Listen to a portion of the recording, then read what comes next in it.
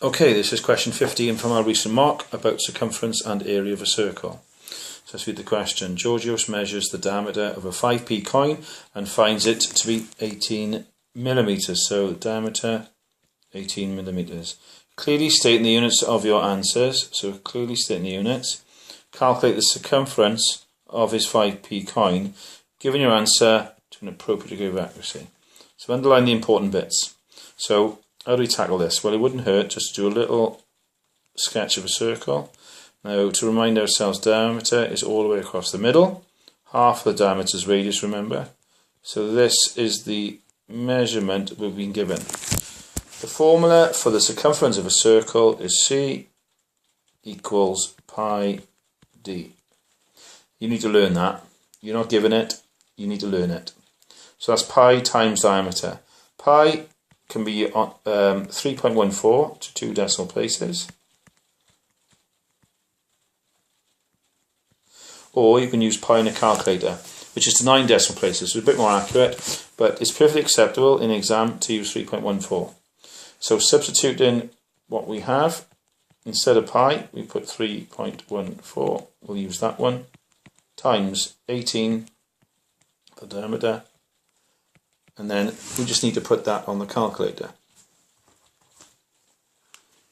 So on my calculator, typing that in, I get 56.52, and the units are millimeters because my diameter is in millimeters.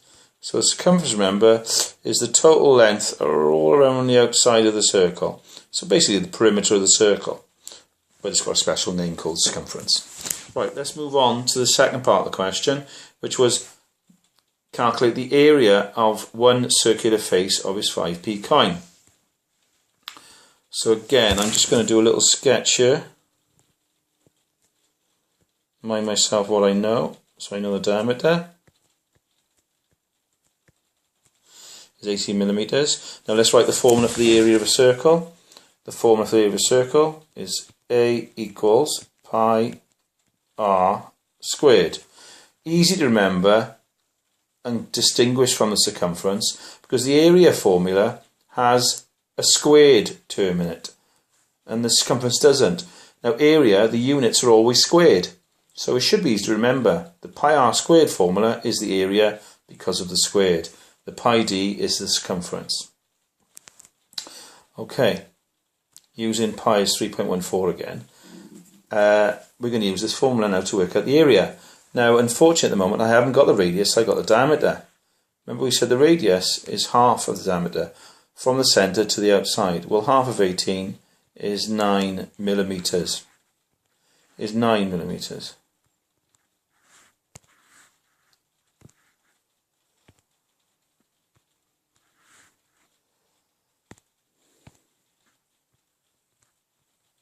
Like so.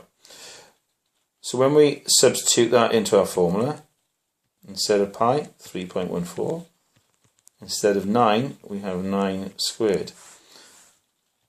Now, you could type that into your scientific calculator in one go using the x squared button. Do 3.14 times 9 and then press x squared, and the little 2 would appear as a power.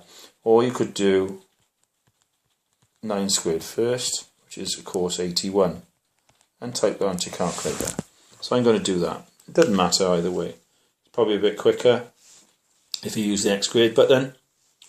So we've got 3.14 times 81 equals 254.34, and the units this time are millimeters squared because it's area. And there we have our answer. Now look how I set this out again. Formula, plug the numbers in, work it out one step at a time. So if you take your time and do that, you're less likely to make a mistake. And there we have how we find the area of a circle, but we needed to work out the radius first, because it was half a diameter. Drawing diagram helps us to do that and see that. And here's finding the circumference of that same circle. Okay, thank you very much.